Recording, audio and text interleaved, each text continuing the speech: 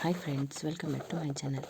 ನಾನು ಮಾಡ್ತಾಯಿರ್ತಕ್ಕಂಥ ಇಂದಿನ ರೆಸಿಪಿ ಮೋಮೋಸ್. ಸಂಜೆ ಟೀ ಟೈಮ್ಗೆ ಮಕ್ಕಳ ಲಂಚ್ ಬಾಕ್ಸಿಗೆ ತುಂಬಾ ಚೆನ್ನಾಗಿರುತ್ತೆ. 1 ಕಪ್ಪಷ್ಟು ಮೈದಾನ ಹಾಕ್ಕೊಂಡು ರುಚಿಗೆ ತಕ್ಕಷ್ಟು ಉಪ್ಪನ್ನು ಸೇರಿಸ್ಕೊಂಡು ಹಾಲಲ್ಲಿ ಕಲಿಸ್ಕೊತಾ ಇದ್ದೀನಿ.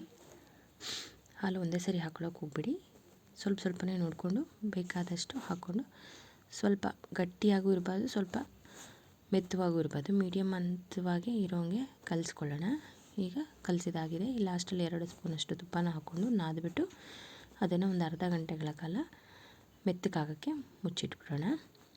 ಈಗ ಅದೇ ಪ್ಯಾನ್ಗೆ ಸಣ್ಣಗೆ ಹತ್ತಿರ್ತಕ್ಕಂಥ ಎಲೆಕೋಸು, ಹಾಗೆ ಕ್ಯಾರೆಟು ಮತ್ತು ಬೀನ್ಸು, 2 ಈರುಳ್ಳಿನ ಸಣ್ಣದಾಗಿ ಹಚ್ಚಿಟ್ಕೊಂಡಿದ್ದೀನಿ, ಹಾಗೆ ಸ್ಪ್ರಿಂಗ್ ಆನಿಯನ್ನು ಸ್ವಲ್ಪ ಎಲ್ಲನೂ ಸೇರಿಸ್ಕೊಂಡು ರುಚಿಗೆ ತಕ್ಕಷ್ಟು ಉಪ್ಪನ್ನು ಹಾಕ್ಕೊಂಡು ಚೆನ್ನಾಗಿ ಮಿಕ್ಸ್ ಮಾಡ್ಕೊಳ್ಳೋಣ.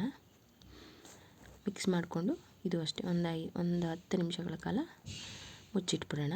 ಈಗ ಒಂದು ಪ್ಯಾನ್ ಇಟ್ಕೊಂಡು 2 ಟೇಬಲ್ ಸ್ಪೂನಷ್ಟು ಬೆಣ್ಣೆನ ಹಾಕ್ಕೊಂಡು, ಬೆಣ್ಣೆ ಸ್ವಲ್ಪ ಕರಗಲಿ. ಅದು ಬೆಣ್ಣೆ ಕರಗಿದ ತಕ್ಷಣ ಬೆಳ್ಳುಳ್ಳಿನ ಸಣ್ಣದಾಗಿ ಕಟ್ ಮಾಡಿ ಹಾಕ್ತಾಯಿದ್ದೀನಿ. ಒಂದು 10ರಿಂದ 15 ಬೆಳ್ಳುಳ್ಳಿನ ಹಾಕ್ಕೊಳ್ಳಿ. ಸ್ವಲ್ಪ ಶುಂಠಿ, ಒಂದು 3ರಿಂದ 4 ಹಸಿಮೆಣಸಿನ್ಕಾಯಿನ ಸಣ್ಣದಾಗಿ ಕಟ್ ಮಾಡಿ ಹಾಕ್ತಾಯಿದ್ದೀನಿ. ಇದು ಅಷ್ಟೇ ಚೆನ್ನಾಗಿ ಅದು ಹಸಿ ವಾಸನೆ ಹೋಗೋವರೆಗೂ ಫ್ರೈ ಮಾಡ್ಕೊಳ್ಳೋಣ.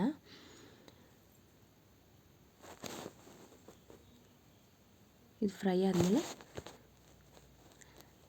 ಆವಾಗಲೇ ಉಪ್ಪನ್ನು ಮಿಕ್ಸ್ ಮಾಡಿಟ್ಟಿರ್ತಕ್ಕಂಥ ತರಕಾರಿಗಳನ್ನೆಲ್ಲ ಹಾಕ್ಕೊಂಡು ಚೆನ್ನಾಗಿ ಮಿಕ್ಸ್ ಮಾಡ್ಕೊಳ್ಳೋಣ. ಈಗ ಒಂದು 2 ಸ್ಪೂನಷ್ಟು ತುಪ್ಪನ ಹಾಕ್ಕೊಂಡು ಒಂದು ಪ್ಲೇಟ್ನ ಮುಚ್ಚಿಟ್ಬಿಟ್ಟು ಒಂದು 10 ನಿಮಿಷಗಳ ಕಾಲ ಅದು ಚೆನ್ನಾಗಿ ಬೇಯಲಿ. ಈಗ ನೋಡಿ ಚೆನ್ನಾಗಿ ಬೆಂದಿದೆ ಅದು.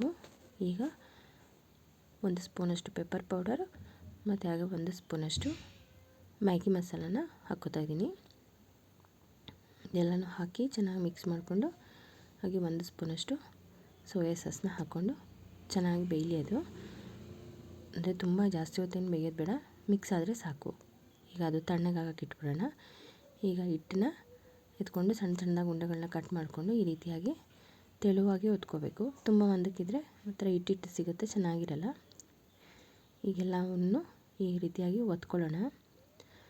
ಆಮೇಲೆ ಈಗೆಲ್ಲನೂ ಸ್ಟಫ್ ಮಾಡಿಕೊಂಡು, ಅದು ತಣ್ಣಗಾಗಿದೆ, ತರಕಾರಿ ಆವಾಗಲೇ ಬೇಯಿಸಿಟ್ಕೊಂಡಿದ್ದೆ. ಈಗೆಲ್ಲನೂ ಒಂದೊಂದೇ ತೊಗೊಂಡು ಈ ರೀತಿಯಾಗಿ ಮಡಚ್ಕೊಂಡು ಇಟ್ಕೊಳ್ಳೋಣ.